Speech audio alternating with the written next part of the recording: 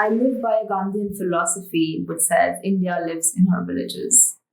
So the idea that I got from this philosophy and the purpose of my life was to create smart, sustainable villages. What is a smart, sustainable village?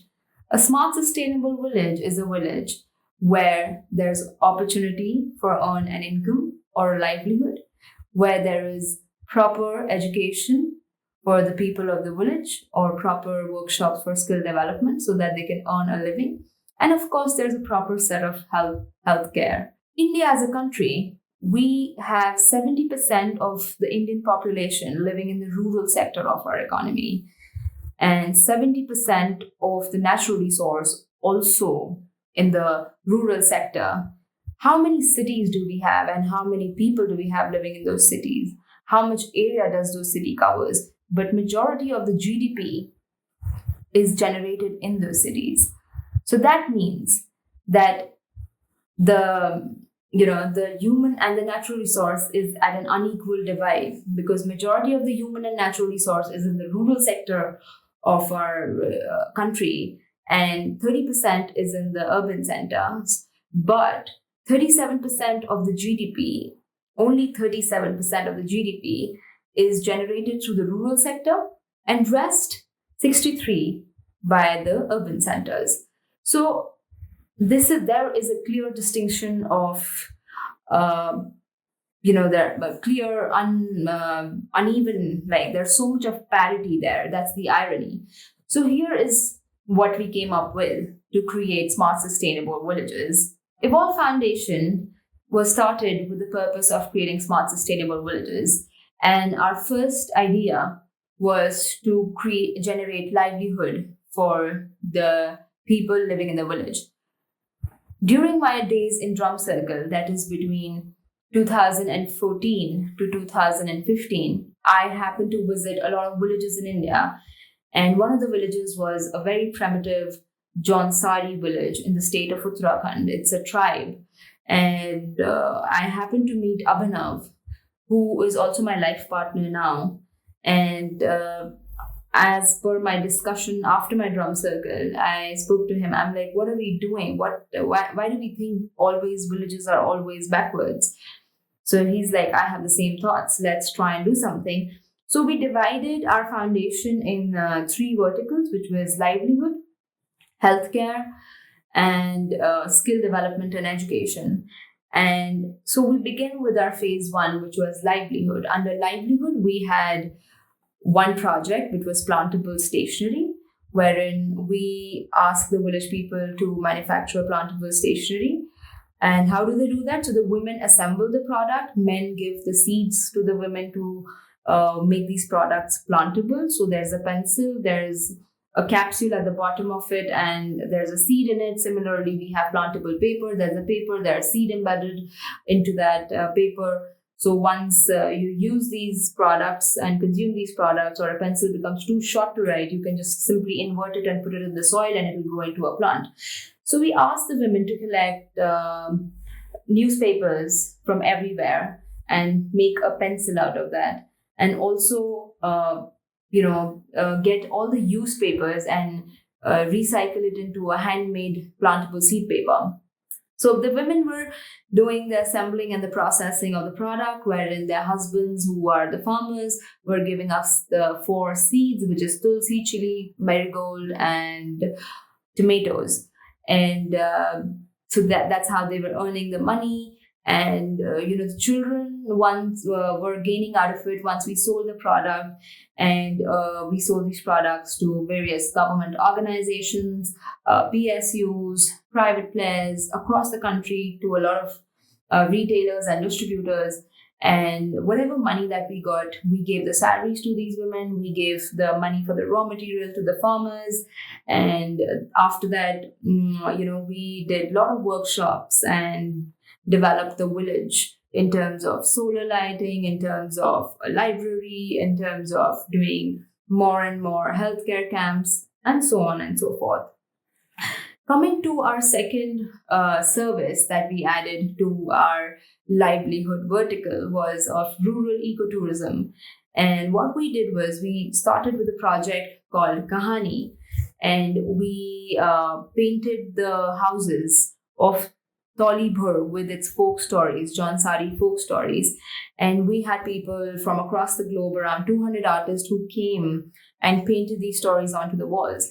So today, Tolibhur is a well-acclaimed walkthrough museum, and we are available. Our stories are available on Google Art and Culture and over the internet. So now people from across the globe come and visit the village to know the stories of the Jaunsari culture and also stay there. So when they stay there, they give them money for accommodation and food to the villagers.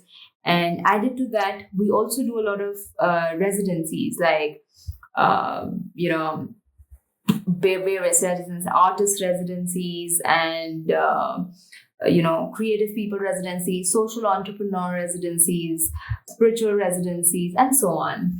So that adds to a lot of value to the village itself and promotes people to be proud of their culture, keep the village clean, and of course, the human resource is rewarded with income and finances and also the skill development, because these people who come from different walks of life carry some skill or the other. We call it Shamdan.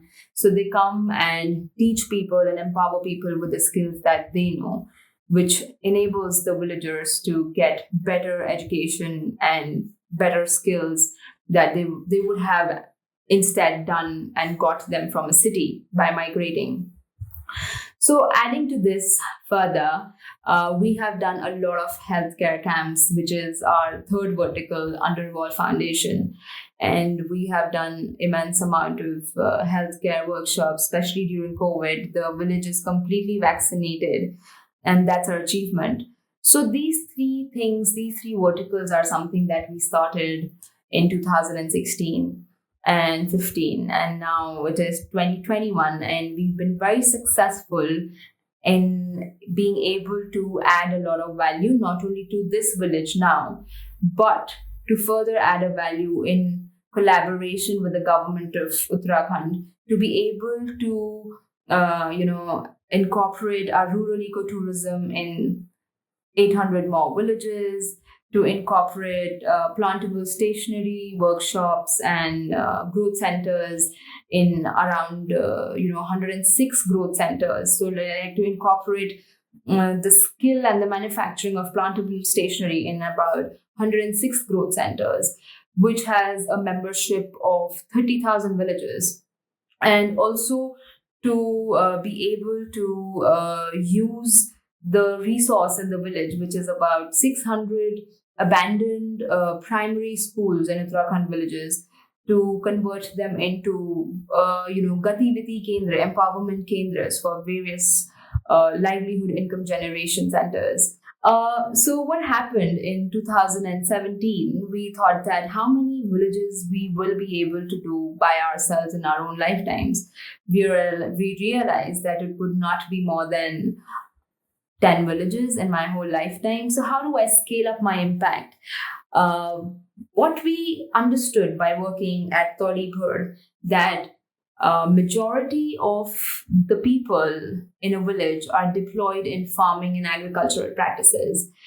So, and at the other hand, we also saw a problem in the consumer end and in the urban centers, that people are complaining about adulterated food and bad food and low nutrition and less immunity and a lot more of healthcare issues that people in the urban centers or end consumers would have.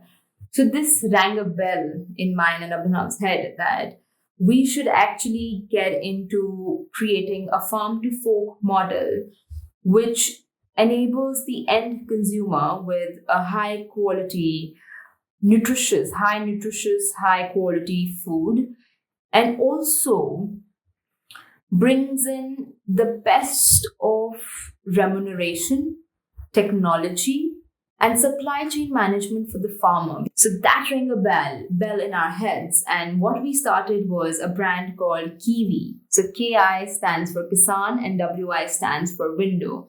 So this is a window of opportunity, not only for the farmers of our country to make a farm to fork model, also for the end consumers of the world. So we procure our produces from somewhere around 15,000 farmers across the country, bring it to our processing unit, process and package the product.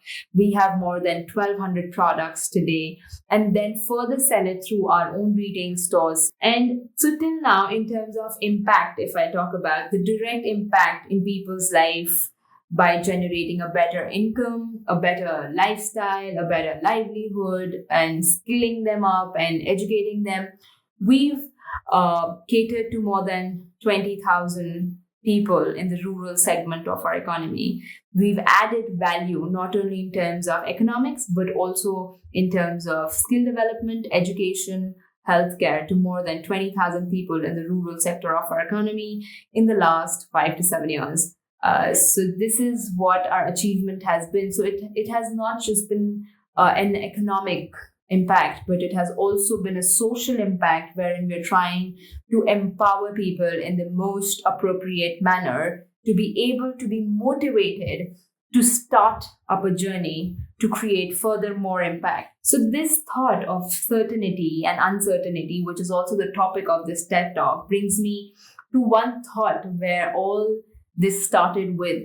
I got back from England in 2014, and I was very depressed with what I'm doing in this country, and I didn't want to join my family business, and I had various thoughts in life of doing things differently, and I myself was extremely confused, and there was a sheer chaos in my life. But then I got really sick. I got dengue in October 2014, and I was literally on deathbed. And I had blood transfusion and was hospitalized, and you know what all happens in dengue. It was pretty much a mess and a lot of uncertainty of even my own survival and existence. I was on bed rest for about 3 months, and that is where I realized the purpose of my life. And that day, the day I realized the purpose of my life, and today I wake up with the same amount of excitement to empower people and society. And I have married my thought of life and the purpose of my life and my skill set to simply be a serial social entrepreneur and live in that uncertainty to create a lot of certainty for the world and our people. Thank you so much. I hope I have empowered and motivated and impressed you. And all that I request you all is to keep evolving, be kind to one another, and do something that matters. Namaskar.